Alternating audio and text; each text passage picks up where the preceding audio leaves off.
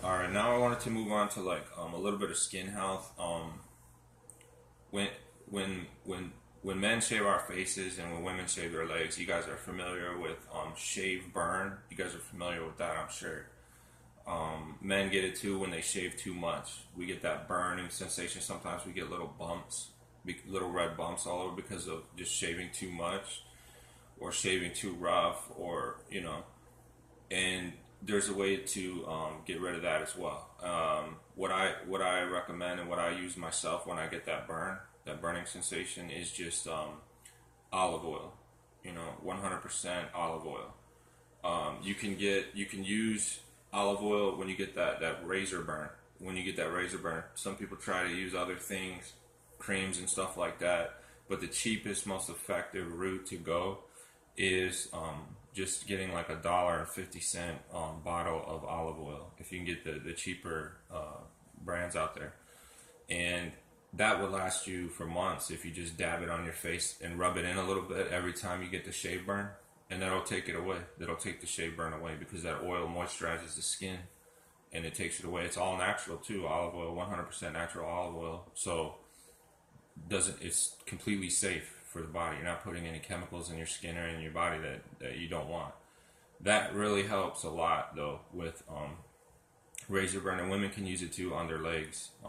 If they're getting that irritation down there on their legs or whatever they're shaving, their armpits, whatever, you can rub some of that olive oil there, rub it on your legs, and it'll take away the burn, and it'll take away the bumps. It'll prevent you from getting the bumps and all those things that we don't like, that humans don't like. So, and the red marks and all that, it takes it away. So that's for skin health. That really helps out for skin health, for the shavings and whatnot. Now, real quickly, I'd also like to move on to energy. Energy is something that we human beings, because of all the things that we deal with in our life, the stress and everything else, energy is an issue for everybody, myself included. Everybody gets tired, feels run down, wishes they had more energy, wishes they could do more. Now, me personally, there's three things that I have learned in my life for energy. Three things that actually do work for me, and I'll go over those real quick. But the first one is obviously it doesn't work. It doesn't work as well necessarily as the other two, but it does work for like mental clarity. But I use coffee here and there. Coffee. Coffee kind of perks. Everybody knows this. Coffee contains caffeine, but it also contains other things as well that have to do with energy. So a person that wants more energy, all they really have to do is maybe I would say I would recommend maybe 1 or 2 cups of a good brand of coffee that you can get at any grocery store. Some of them are maybe a little healthier than others, but a person that drinks maybe 1, 2 cups of coffee, that's it. That's all you really need. A person has like maybe you have one in the morning, one during the middle of the day. Would feel more energy and more mental clarity, a little bit more mental clarity, being able to think quicker, thinking more on your feet. That's something that coffee does do for a person.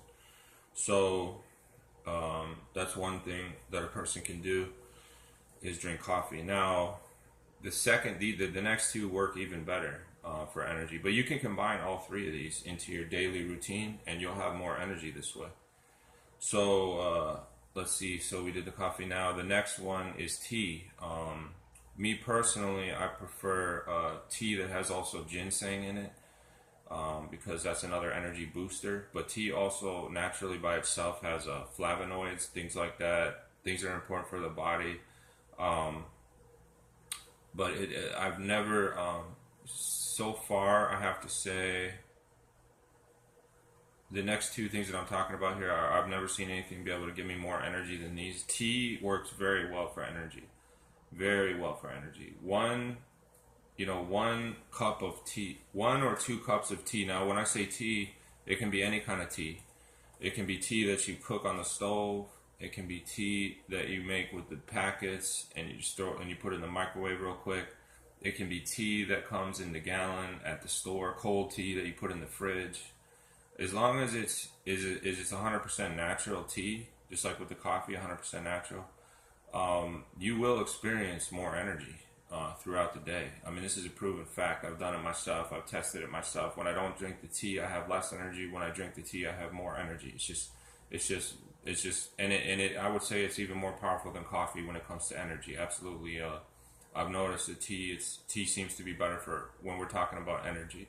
Maybe not mental clarity as much. Coffee seems to be pretty good for that, but energy itself, tea works better, I think, than coffee does. And you know, other people might see different results and see that the coffee works better than the tea, but for energy. But they both definitely work good for energy, no doubt. Now the third thing, this is something I started to do recently again because I'm actually kind of lactose intolerant a little bit. Maybe not fully lactose intolerant, but I do have a sensitive stomach, and when I drink like whole milks, that's the third thing I want to talk about. Milk. Believe it or not, milk, just like coffee and tea, contains things in it, something in it that does give a person more energy. And we're just talking about energy. That's what we're talking about here, energy. And I've noticed that every time I drink milk, I have more energy. Here's the thing, though. It has to be, for me, if I'm going to get the gallons at the store, it has to be 1% milk, not 2%, and definitely not whole milk because of my sensitive stomach. A lot of people know what I'm talking about. When they drink milk, their stomach hurts. So if you're going to drink any milk where your stomach will be able to handle it the most, it's got to be 1%. 1% is the one with the light blue top on it. People have seen that. They know what I'm talking about. It's at the stores. Usually it has a light blue top on it, although it might have a different color at some other stores. But it has to say 1% if you have a sensitive stomach. If you don't have a sensitive stomach when it comes to milk, you can drink whole milk. I would say that'd be the better one because of the fats and you know what your body needs from that. But 2%, or they could drink 2%, you know, which is kind of in the middle when it comes to the milk fat. And the milk fat definitely has an effect on your stomach if you have a sensitive stomach. So the 1%